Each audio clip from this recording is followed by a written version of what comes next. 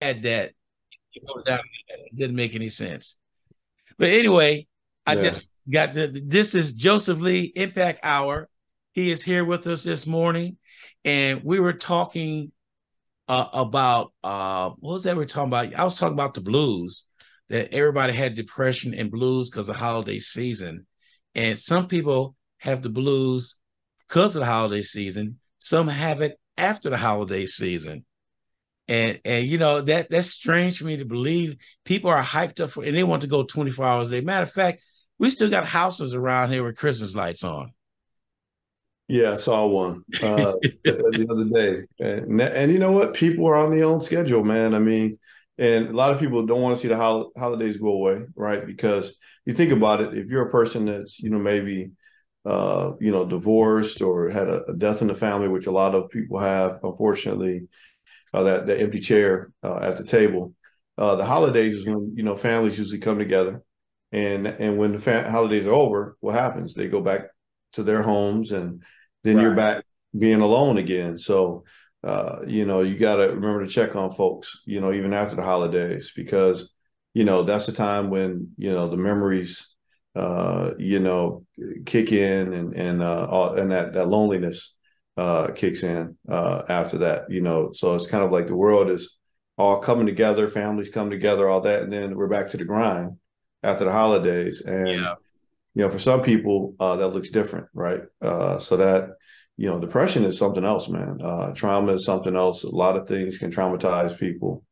And you just have to be aware of your state psychologically and where some people a lot of people don't show inwardly, show outwardly what's going on inwardly. Just like we just had last week, we talked about the owner of or creator of TikTok, right?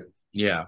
Obviously financially he was doing well, you know and I think it just really shows that what the power of social media and actually unfortunately what other people what he created has caused a lot of people to kind of have that outwardly I'm fine look, but inwardly I could be destroyed.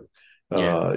And it perpetuates, right? Because if everybody you look at on social media is their hair is right. I know we don't have that problem, but they wake up perfectly and everything's good, and then you're feeling down. That's going to make everybody else feel down when they see Yeah. everybody else doing good. What's wrong with me? Why can't I get my act together, right? When everybody's got their things that they're going through. So we gotta be a little more transparent. Let people know, hey, I'm not good right now. It's okay to not be okay. You can't get okay unless other people know sometimes that you're going through something. So you need to identify that person, at least one person. I was hearing a study on I think it was NPR. It's this thing called they have the longest study of happiness, and one of the things they found is people that have at least one person they can confide in and can call in case there's something going on, and they can call them any time of the day or night. Those folks are healthier. Yeah. And there are also some people. The study was showing that don't have anybody to call, right? They don't have anybody they could confide in, and I guess that's another reason why therapy is so good, right? Another reason you're having a therapist, having somebody you can talk to that's clinically trained on to help you deal with issues that you may not even know you're having or dealing with. But Yeah. also just having somebody, just having an ear, it's really powerful to have that. And, try to be that for that person as much as possible or for people. And also try to find somebody you can do that with so that you can have somebody to confide in. I know I have a network of people that I can talk to because I have to deal with so many other people's issues, that can weigh on me. So I've got friends and people in the field that I can confide in and talk to them and say, hey, what's going on with this issue or that issue, and kind of have to kind of help figure it out, so I can help people out. I don't have all the answers, but I do know I have a lot of resources to help me get Yeah. them if I don't have them. So So, let me ask you something. I don't know if it's a question or a statement, but I was thinking some things back in the days we were brought up tough and in order to make decisions and be a man of your word and don't show true feelings because people will show you weak. And nowadays it's just the opposite. We have to show our true feelings. And I was with somebody else the other day. They said the way we are brought up today, being transparent, that they're saying we're more weaker today, and mind wise, and what's the word I'm looking for? We're more weaker that way with it's I just lost it. But anyway, they said that the way we're bringing up nowadays, we're too wide open, telling everybody everything, and that causes us not to have better judgment on things. That's what he put together. It was interesting the way he did that. He said Mm. our mindsets are different than it was back then. Back then, our mindset was set at you got to be tough, you got to be strong, do not show weakness. And now we are doing just the opposite, because people want us to be transparent, to show us that, but they turn around and throw it in our face. So it's sort of like a double-edged sword right there. Well, I think if you really think about it, back then, I was raised old school by my grandfather, and by a lot of the old school way of being reared. Especially for guys. We don't cry, we don't show emotion, we don't, do all that. But the thing is, I think we found, especially in psychology, that's really kind of an illusion, right? Because what happens is when people don't show emotion and don't heal, what they do is they lean on other things to help them cope. So that means there's going to be more alcoholism. There's going to be more drug addiction. It's going to be more domestic violence. It's going to be more child abuse. Because if you don't deal with those emotions and the things that are going on, they're going to, play out in other ways.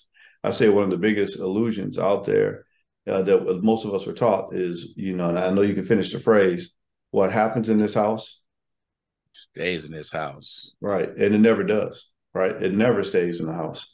It goes on to the next house that child grows up in generationally. It goes on in the community. And I think one of the things I think this is Dr. Kanjuf. I don't want to say the name wrong, but I'll pull that up.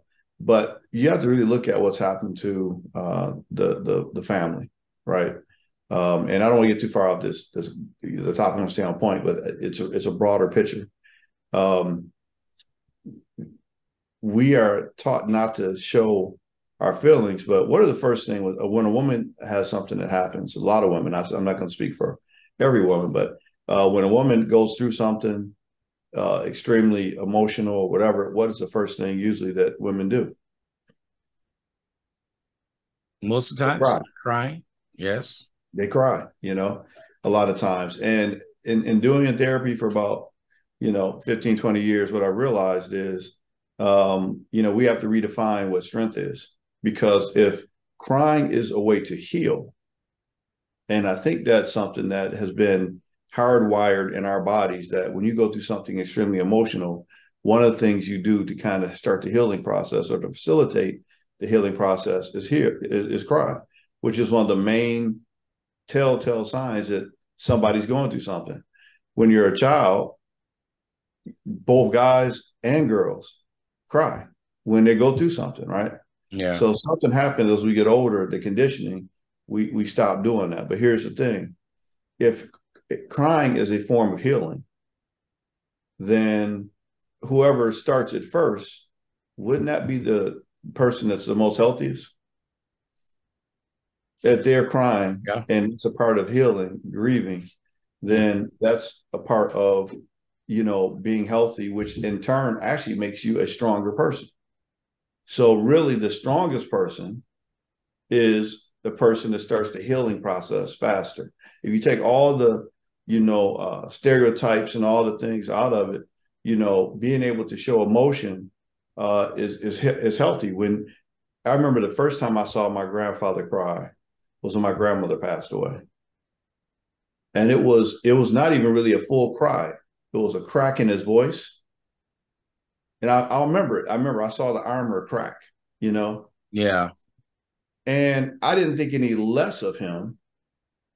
I actually thought, wow, he's human. right? You know, he's I not. was gonna say the same thing. Yes. Well, you know, this is you. It's okay to grieve when you lose someone, and up until that point, I think I didn't cry, right? And I was 12 years old. I was hurt. Yeah. I was shocked. You know, I really didn't comprehend everything that was going on at 12. I did, but I didn't. You know, I did as much as you could as a kid. But when I saw my grandfather cry, I knew, okay, it's okay to cry when you lose someone or when you're going through something, and it facilitates the healing process. So just imagine when you don't have a father figure in the home, and all you see are these images of what masculinity is on TV, usually doing something stupid or, you know, actually sociopath. I'm watching this show on TV called BMF, right? Yes. And I don't know if anybody knows this show, and I watch it, you know, not to glorify the lifestyle, but just to see a little bit of what was going on the other side of where I was living and Right. some of the communities I was living in. But there are some guys that are in that show, and I'm not going to say any names, but they, I think, are the definition of what a lot of guys think are masculinity. And what they are sociopaths. Sociopaths a lot of times don't have emotion. They can kill somebody and keep it moving. Yep. Now, what else does that sound like, right? The military, right? So you train to go out there and do what you need to do, and then you deal with it, or you're supposed to deal with it, unpack when you come back. But think about Iraq situation. Some people have multiple tours.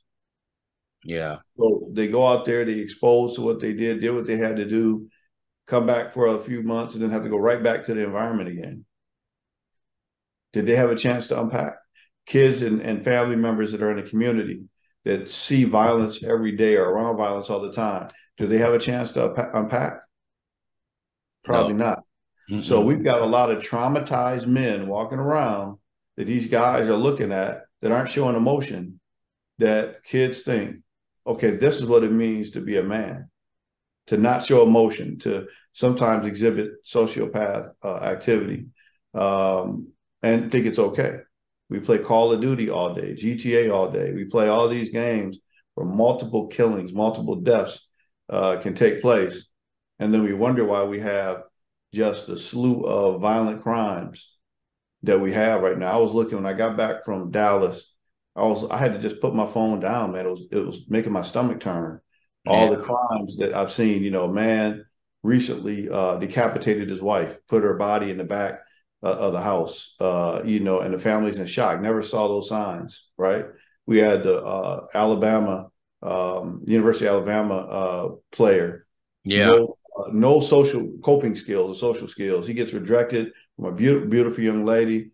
The way he articulates that is to shoot up the car, kills the young lady, destroys his future. Now he's charged with capital murder. How does that happen? Right? We have a generation of kids that don't have coping skills or social skills. And when they are dealt with rejection or dealt with some type of setback, dealt with authority figures, they react the way they react. So we've got to get back to really teaching our kids what true manhood is. And I'm trying to find this artist. I'll actually there's a couple books that I could talk about, and there's a show that I'll bring up. It's an old video. Doctor, I think his name is Kanjufu. I have to look it up, but it was talking about what's wrong. I think it's the conspiracy to destroy our boys, and it's an older video. And actually, an airman, you know, gave me this information. I'm always looking for information, right? I'm always looking for a way to grow Yeah. and understand different things. But there's some great information out there. Let me see if I can find it while we're talking. But what it said is, you know, we have to spend more time focusing on our young boys by the age in the ages of, you know, around third or fourth grade. We have to make sure that they understand and are exposed to examples of constructive and positive, intelligent men. Yeah. Because if we wait longer than third or fourth grade, what happens is they find those role models out in the community, out on the block, out on TV, right? And he brought up a really, really powerful point. He said, there's at that time, back in like the late 80s, there was 7 million boys trying to fill 7 positions. Mm. And what happens to the other, millions of boys that don't get that position? And what he's talking about is most of our boys are conditioned to try to be a professional athlete or an entertainer. Yeah. Right. Those are the things that our boys try to, aspire to a lot of times. Not the intellectual, you know. There's some stigmas that go along with being considered intellectual, when you're coming up. And so that is pushed to the side for you to seek those other two roles. The problem is most kids don't make it to the pros, and they get filtered out all the way from elementary school to high school. Kids don't make the team to college. A lot of people don't make it to the college team. To definitely only a slim percentage of those that play college ball make it to the pros. So then what happens to all these kids that didn't make it, get filtered out along the way? Well, they fall into the role models that are in the community. And that's what we got to look at. We got to start changing our culture. We talk about all the time, we point to the politicians, we point to society, but we have to point to our culture. We have to look at what is our culture? What is the mindset of our culture? And where do we assign our values? So one of the things that we do, in Capital League and here in San Antonio, Texas, is we have a signing day. And we had last signing day we had at the AT&T Center at the Spurs, stadium, where all the kids were going on to college. We had a signing day, and they announced the college that they're going to. We have, videos there, and we get it out there on social media and get kids excited about moving on to college for the sake of education and scholarships, right? Right. Sometimes they're athletic, but we're instilling the value of education, because even if you make it to the pros, we have a lot of pro athletes that are still in college. They go to college, they complete their degree, and then look at the most successful pro athletes. They have an education. Look at people like Shaq. Look at other athletes that are out there that have their degrees that realize they make more money. Magic Johnson, right? Yeah. Look at these celebrities that have created empires and made way more money after the league, the pro league, because they have, a good education, a good foundation. So Exactly. we got to get back to educating. We got to get back to teaching respect, coping skills, that village mentality. There was a lot of things right that were going on back in the day. There were a lot of things going on wrong, right? Teaching guys don't cry and this and that. Yeah, you got to be tough. You got to be resilient. You got to be educated. But we also did a lot of things wrong. We taught guys the definition of manhood was a lot of times to have a whole bunch of kids, not necessarily take care of them, but just having a whole bunch of kids was considered a masculine trait. Well, why is that? You know what I'm saying? Yeah. When we know that a masculine trait should be taking care of your kids, not just having them, right? I think that's a big part of our problem. And it goes back to a lot of systemic things, the welfare system back in the day in the 70s or whatever, it paid a lot of families more money for the male to not be in the home. Yes. Right. So that was a breakdown of the family.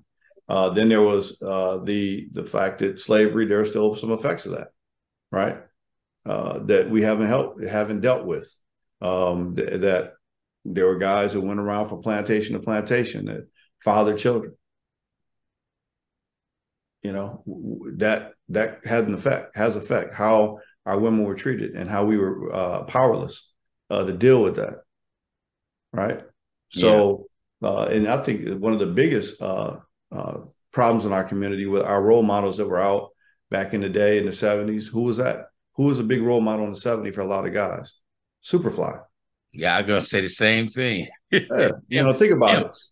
Yeah. Pimps. Superfly was a pimp, and if you listen to the music nowadays, that element in society is still there.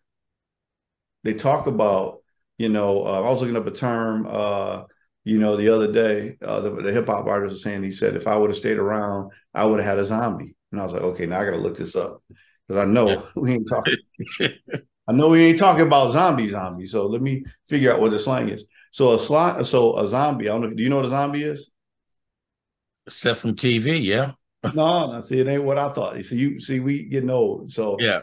So I have to stay work when I work with these youth and listen to some of the music. I understand the lingo. So if you ever hear one of these kids talking about, "Oh, I had a zombie," what he's talking about is somebody he ghosted, meaning that he stopped talking to her, or she stopped talking to him, and then they come back.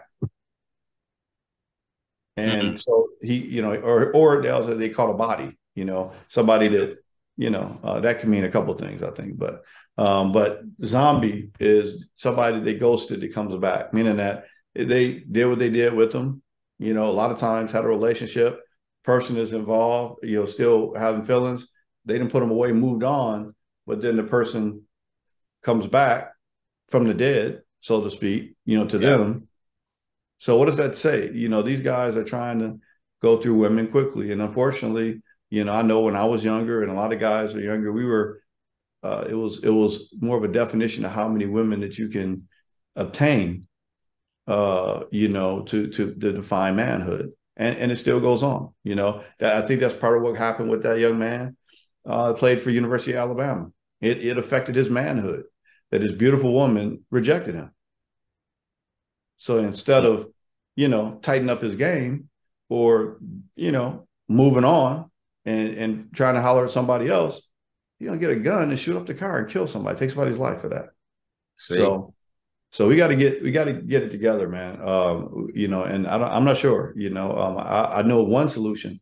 And yeah, I'm a therapist. I know everything about that DSM-5 and all that, but I really think we have to get back grounded in our faith, understanding Yeah. who God is, and really looking at, challenging yourself to be a better person and making the next generation better than where we were, and being real about the deficiencies of now that we're adults, how we were reared, how we were raised, and also pulling those positive traits forward.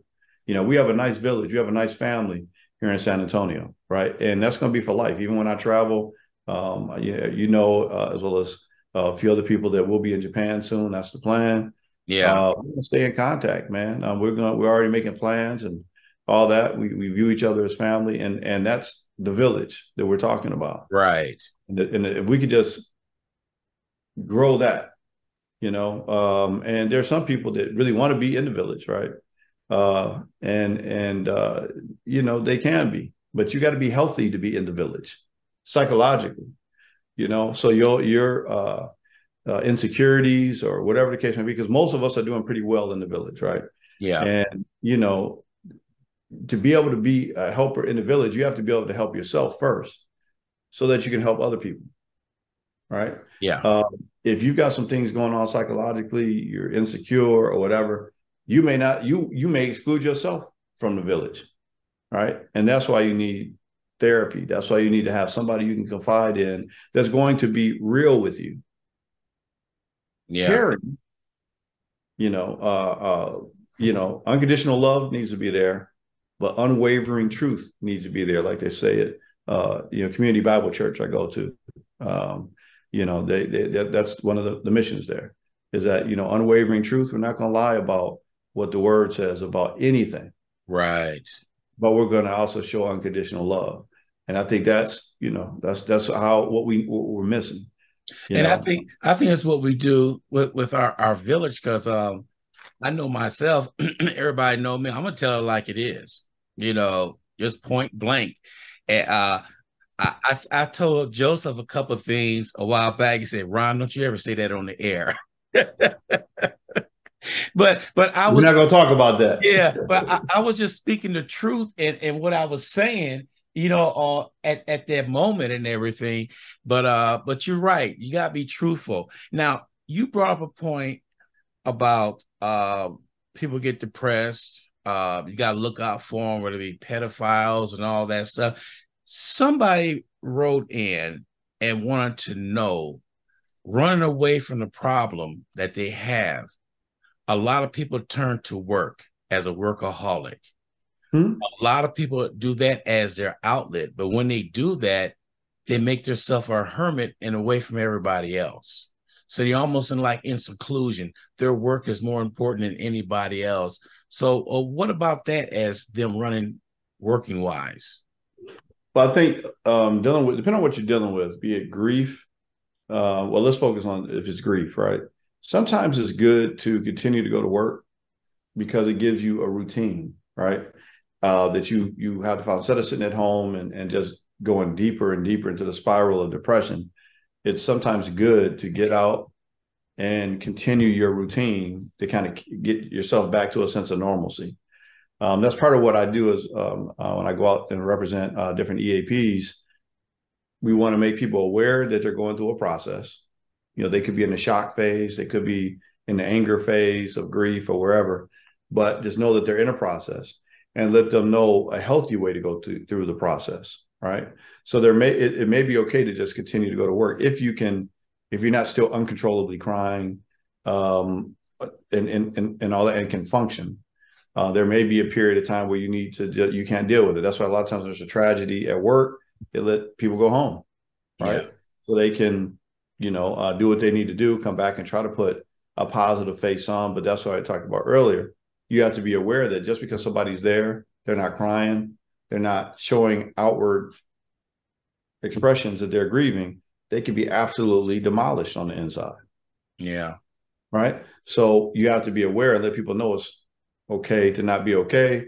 Let them know that there's somebody available to talk to that's a therapist. And that's how a lot of companies, deal with it. And part of my role in representing EAPs when I go out for psychology. So it's not bad necessarily to go back to work. What you don't want to do, and just envision your mind as a warehouse. What you don't want to do is keep packaging up grief, packaging up all this stuff, and just throwing it in the back and trying to go forward as if nothing happened, right? Because what's going to happen is you're going to see something that's going to trigger, and all those boxes come forward, right? So yes, it's okay to go on back to work if you feel able to do that at that particular point in time, but it's also okay to deal with what you need to deal with and allow yourself to go through those emotions. Because here's what we do know: if you don't allow yourself to experience those emotions, you just try to go back to work and forget anything ever happened and just drive on, those feelings of grief, they turn into things. All right. They turn into things like high blood pressure, arguably cancer, aggression in your interpersonal relationships, maybe domestic violence, maybe aggression on the road. Yeah. You've been irritated and somebody cut you off and you're like, you know what? And then you got to wait a minute, hold on. Yeah. let me back up before I become a statistic or they see me on the news. Yeah. I thought of this guy. It was a couple of weeks ago, and if you're not from San Antonio, and you come down here and start driving, you will know exactly what I'm talking about how people drive down here. Some of the greatest people in the world are in San Antonio, nicest people in the world, but when they get behind the wheel, something happens. I don't know what happens, but something happens in San Antonio when people get behind the wheel. The same thing. Don't laugh, Dallas, because y'all worse. Yeah. And But a point that I made to somebody a while ago, about a year ago, I said, watch how you go in the grocery store and how the people push their carts. I said, yeah, what is that? That's the same way they drive.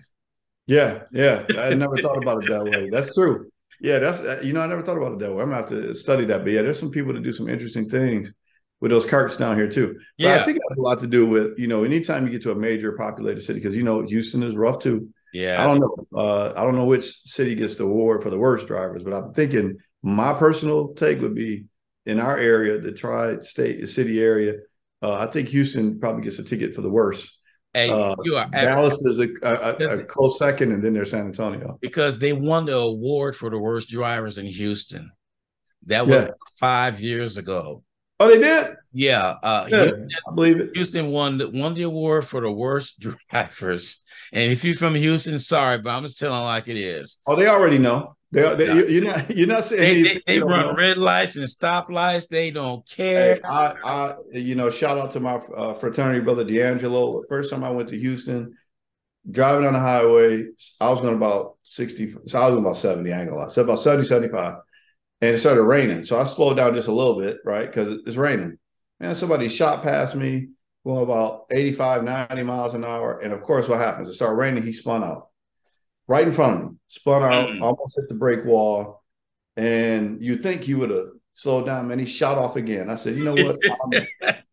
I don't know where I'm at right now. Are we in Yeah, Houston? But I'm not going to be driving around too much around this place. You know what I'm saying? Because this is insane. And I continue to see mess like that. But Dallas too. I mean, it's just I don't know. It's just I think we've got a lot of people moving this way, a lot of different driving styles.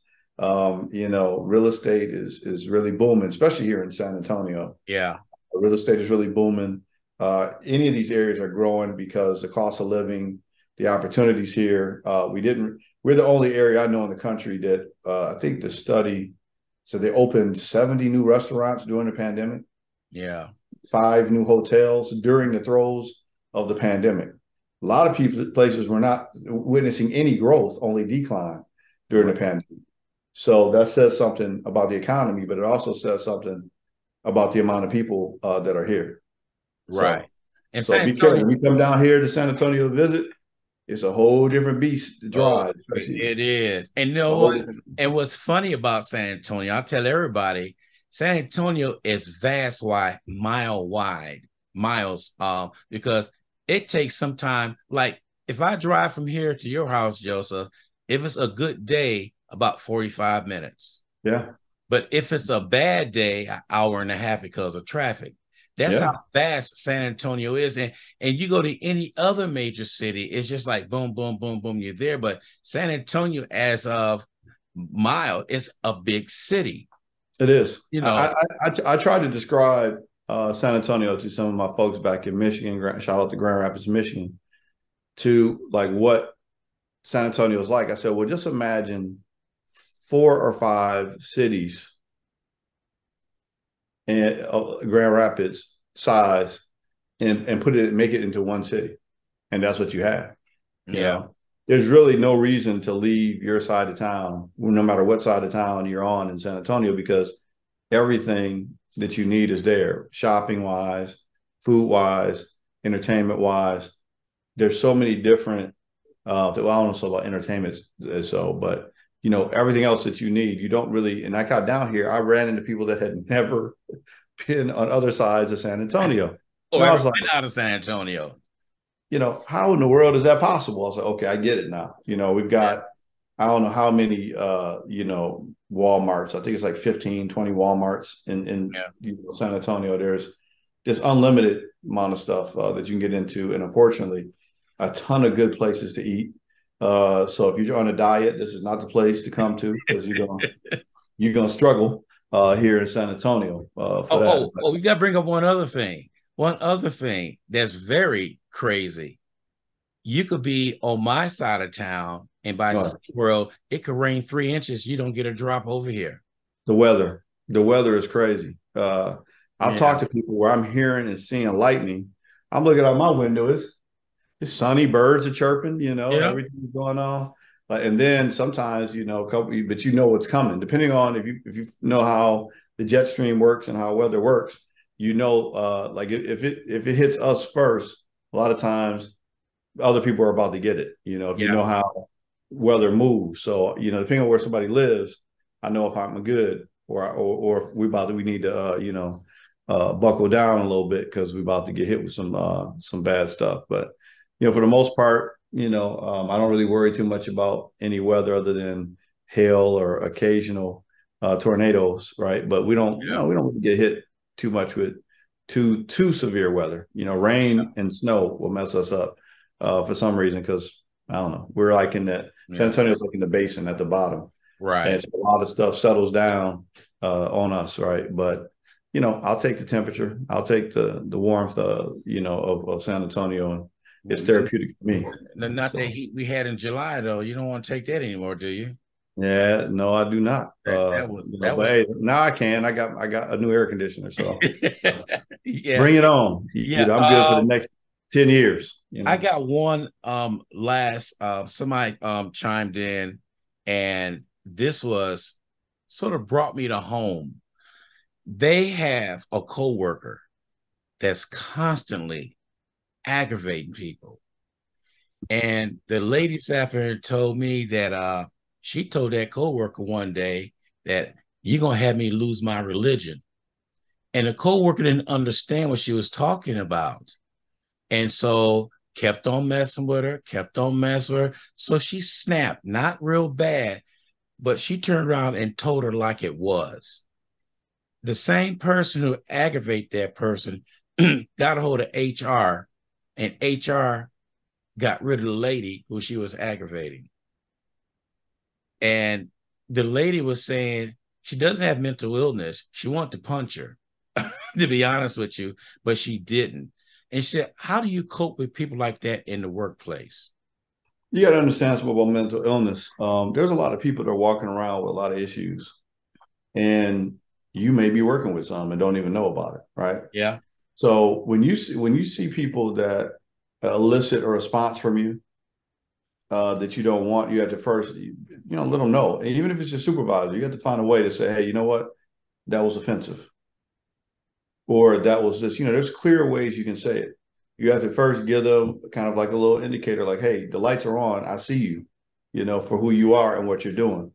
And no matter what they say back to you, oh, I'm sorry, I didn't mean it like that, or whatever the case may be. No, you have to let people know that they have offended you, what's going on, and then you got to give them, even in your job. There's people that you just don't really have to deal with on your job, other than what you have to do for work. But when they continue to cross the line, she should have been the first person to go to HR. Yes. I All agree. right, that's how you deal with that. You got to first let somebody know that they're offensive, because believe it or not, a lot of people don't know how offensive they are until somebody lets them know and corrects them. I'm usually that guy at my job, be like, hey, you need to back up, Yeah. But I'm blessed. I'm in a position where I have a lot of autonomy, and because I'm a therapist, when I say something, they know, oh, he must see something Yeah. that I don't want other people to see or whatever. And really, it's really common sense, Yeah. especially if it's a consistent behavior. There is something off. People that, that's really a sign of narcissism. When you are completely offensive to other people, and you always think it's funny, you want to get the attention and all that, but you're offending people along the way. That's a serious sign of narcissism. Yeah. Problem with narcissists is they never see that it's them that causes these issues. They're going to always deflect. Yay. Yes. So what you have to do is you have to document some things. See, it's hard to deflect things when it's in writing. This is the time, date, and action that you did. Mm. So one thing I tell people to do, if you're dealing with something at work, document it, Yeah. get you a notepad, write the date, the time, the comment that was said, and then you let that person know, hey, I don't appreciate that tone of conversation. I don't appreciate what you said, whatever. Run it, but don't run it by me. Or you probably shouldn't run it at all. And then what people a lot of times will do is say, oh, I didn't mean it like that. No matter how you mean it. I mean, you don't have to say that, but that's how it came across. So as back in the day, it was a song they used to have called Check Yourself Before You Wreck Wreck Yourself. yourself. Yeah. And What so one of my I'll run a check in a minute on yeah, somebody. one of my And then, yeah, that's one it. of my biggest funniest things that I heard. I was a technician at the time, and I think I told you about this a while back. This one guy kept on messing with this one guy. Guy finally just turned up and said, look here, this is what's going to happen. Somebody's going to the hospital. I'm planning on staying here. So the guy turned around and looked at me. Did he just threaten me? I don't know. Why don't you push the envelope a little more and see what happens? I mean, he didn't. He didn't. So I think that guy made a point that it was like he was stone faced. He just said, look here, man. Somebody's going to the hospital. I'm planning on staying here working. And then turned his back, walked away, kept on working. But that guy never messed with him again either. I think you need to take heed. I know quite a few guys like that. Yeah. uh, and sometimes you get a warning, sometimes you don't. Mm-hmm. You know, What's that old saying that he stole on me? You know what that is, right? yeah, For yeah, people out there who don't know me, he stole it. He didn't steal them from you. He turned around and knocked you out. That's what he did. yeah. And there's a lot of people. I'm telling you, it seems like we're talking going off track. We actually are talking full circle. So many of these kids out here don't have coping skills. Violence is how they're gonna respond. Exactly. They don't know nothing else. Some kids, right? That's what they've been exposed to on TV. That's what they're exposed to in the community. So hey, if you say the wrong thing, do the wrong thing, and some of them aren't going to give you too many chances. So understand what you're dealing with a lot of these kids, and the respect elders and all that type of stuff. Look, Yeah. first of all, you have to. I know I don't want to step on any toes, but I got to be real.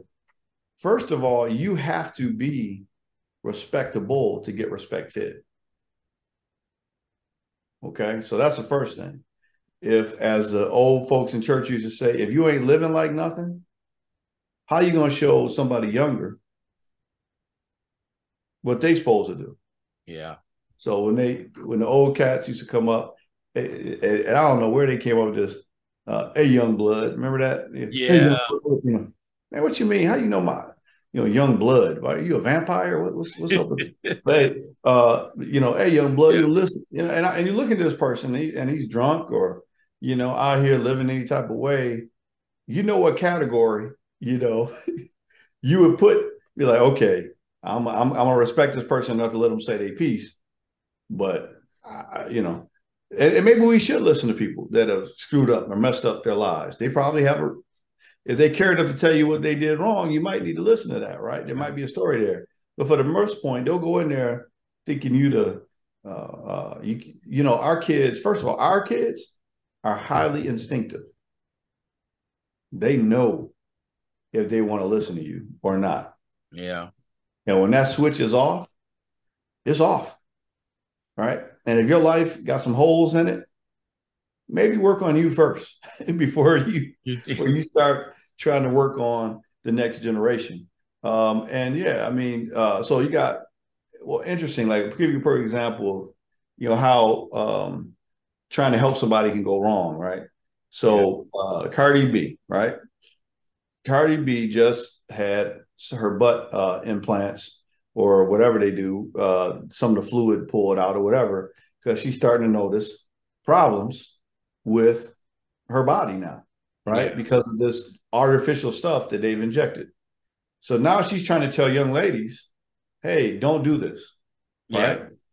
Well, wait a minute, Cardi B. You did it. It worked out for you pretty well. Yeah. So now you're telling me not to do what you did. So yeah, you're a multi-million dollar, selling and attractive woman. You married a rapper and all that type of stuff. But she used to be a stripper, right? And Yeah. she explained that. Well, I had to do this stuff because that's how I made my money. Well, if you aren't really doing too good in school or you want some fast money, you've already given a template of what you can do to accentuate your features so you can get out there and do the wrong thing, which may end up giving you some good money, but in the end, you're gonna have to pay for that. So I get what she's trying to do, but Yeah. you really have to couch that message and be careful the life you live, because that also is a lesson that kids are gonna look at. And they're gonna look at what you do more than what you say. I say that at the end of the show for a reason. Your actions speak so loudly, I can't hear a word you're saying. That means you have to live like something. Yeah. That's really your conversation. Because I live like something, these plaques and these awards on the wall and all that, kids don't need to see all that to know that they're gonna listen to me because I've achieved something. And if they want to achieve it, then I can give them a potential roadmap. Yeah. No, I'm not a professional athlete. No, I'm not a hip hop artist or entertainer, and God help all these hip hop artists that are coming up dead. The people that are trying to be hip hop artists, because we are losing a lot of rappers. Been losing Yeah. a lot of rappers, right? Yes. So that needs to be looked at, on why that is. And there's some, I think it was what's the show, Drink Champs, and then there's another one where they're in a barber shop that broke down some really good information about what's going on in the hip hop community. But anyway, didn't make my money that way. I did it the old fashioned way. Got those degrees so I can get more G's. That's what I tell them. Yeah. I got I like and opportunities. yeah. Those are my bars. I like Charles Barkley on what he said. He said, "I am not your role model." He said it, and in a way, he was right because we got everyday role models out there. We got preachers. We got everyday people. I mean, that people look up to because, like you said, everybody wants to be a professional athlete. But everybody can't. That's just the Most people line. can't. Yeah. Most people can't. Oh, I'm supposed to look at artists. I believe it's Dr. Kanjufu. And if you type in Google conspiracy to destroy our children, this was in the late 80s. I think 1988 to be exact. It has some great information on there, but I want to touch on that for a minute, where Charles Barkley, who is known for saying some interesting stuff, Yeah. and he's hilarious. I like watching Charles Barkley. I really like watching Charles Barkley and Shaq. I think they should have their own show. Yeah, I really they should. do, man. They should. They really crack me up. But I think it's ridiculous to think that as an NBA player that you're not a role model. It's completely ridiculous, and to me, somewhat of a cop out. I know why he's saying it, Yeah. right? To kind of shift the focus on those people in the community. But look, you can't go on primetime TV and watch these people run up and down the court and make millions of dollars and live in a dream that's so attractive to the youth.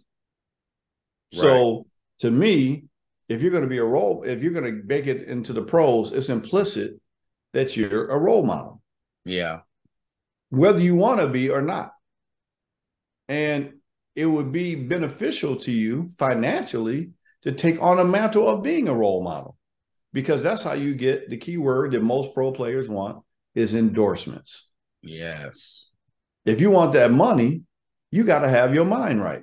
If you want people to continue to roll with you, buy your shoes, your shirts, or whatever product you get behind, they got to believe in the person that's behind it. So that makes you a what? Role model. Now, if you want to be broke, if you want to lose your endorsements and possibly your NBA contract, not be a role model. I think that's where we end with that. Yep. So, and I have some personal experience. I've worked with some pro teams. Yeah. And I'm gonna tell you right now, they spend a lot of money trying to make sure you understand the values of what the team is trying to put out there. And essentially what it boils down to is they want you to be a role model. It's good for the team, it's good for the community, and it's good for the player.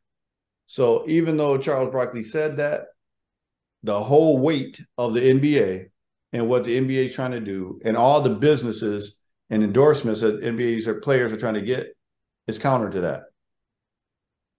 So let's do away with that or process it.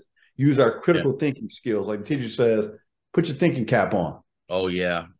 Put your thinking cap on and analyze Charles Barkley's statement when he said he's not a role model. Really? You're not? Okay. Matter of fact, they even had a commercial with him saying, "I'm not a role model." Remember that back in the days? He had a commercial saying that. So, but he made money on that too, whether he was a role model or not. Yeah. Well, the problem is we have a lack of role models that are constructive in the community. And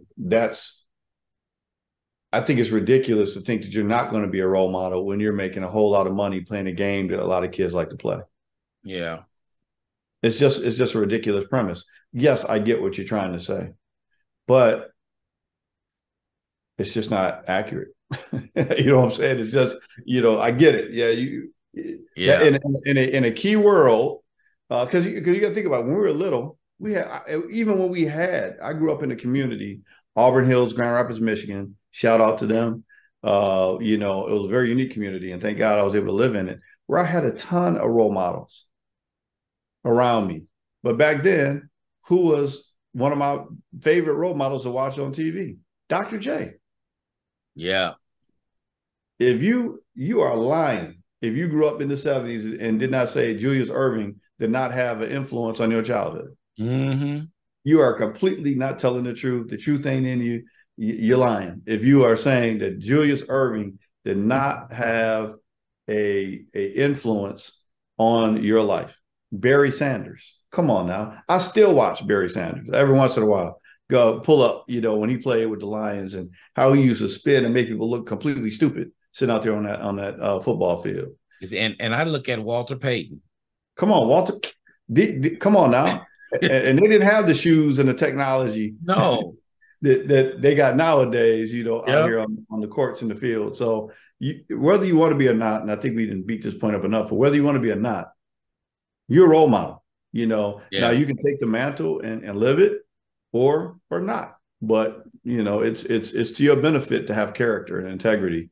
Those are things that will keep you in the career, will give you longevity. I think that's one of the reasons why the Spurs they have such a good standing in the community, right? Yeah. Because they come from a legacy of David Robinson. Never heard too much about David Robinson. You never heard anything about Ginobili. You never heard anything about most of the players, right? They've had this recent incident, which to me is really not a characteristic of their team. You Right. had, a person that made a bad choice or allegedly, but that does not reflect their legacy, right? So for the most part, those folks that leave the league with a good reputation, their integrity intact, can continue to make money endorsements, and their brands Right. will, continue to grow. So, Yeah. that's it. All right. On that note, it's about that time, brother. I know it, and I'm trying to get this thing that I put out here to everybody. But is there any other questions? Because we got to go. Did we get any questions for this? The two that I came up with, I mean, the one I told you about, what they came from people who watched the show last week. So, Okay, outstanding. but All right. what we gonna do in the near future, we're gonna open up the phone lines. Um, Oh, okay. once I get everything all set, when we get into our new building, we'll have that set up to open up the phone lines and get this going, so people call in and put you on the hot seat like I do sometimes. Some questions. Yeah. Well, it's Dr. Kenjufu. The name is right, and it's countering the conspiracy to destroy Black boys. So if you want to, people want to write that down, and there's different volumes of that, right? But there's actually a video on YouTube by Dr. Kunjufu, and that's an interesting spelling last name, Kunjufu. He's actually authored over about 60, 65 books, but he has a video of the conspiracy to destroy Black boys. I need people to look at that, read it, understand it, and he's entertaining, right? But he's talking about the definition of manhood. That's where I got that 7 million kids trying to get 7 jobs, Yeah. right? That's him. That's Dr. Kunjufu, and the more I've read about, the more I see how realistic and problematic it is. And the book isn't that expensive. You can get it online at Amazon for like $9.95, or plus shipping. Yeah. Okay. If you really want to look at it, take a look at that. I I'm think gonna it'd be a look it up. good I'm gonna place. look it up. I'm All gonna, right. I'm Well, gonna, hey, action speaks so loudly I can't hear a word you're saying. I got to head on out. yeah, see, that's his closing words now. So we got that. So when the show's over, when Joseph say that, right? That's a wrap. So you and your family, y'all just do things that you do best. And tell your wife I said hi. Will do. Tell your wife I said the same, man. Yeah, And and hey, congratulations again on this phenomenal station that you have just got. This nice building that you are putting work in. I am excited for what is coming down the line here for WSAN. And hey, let's continue to grow. Shout out to all the new listeners, all over the world. yeah. And shoot your questions, and we'll try to get you some answers best we can. All right, brother. All right. We'll talk to you later. Peace. All right. Peace. All right.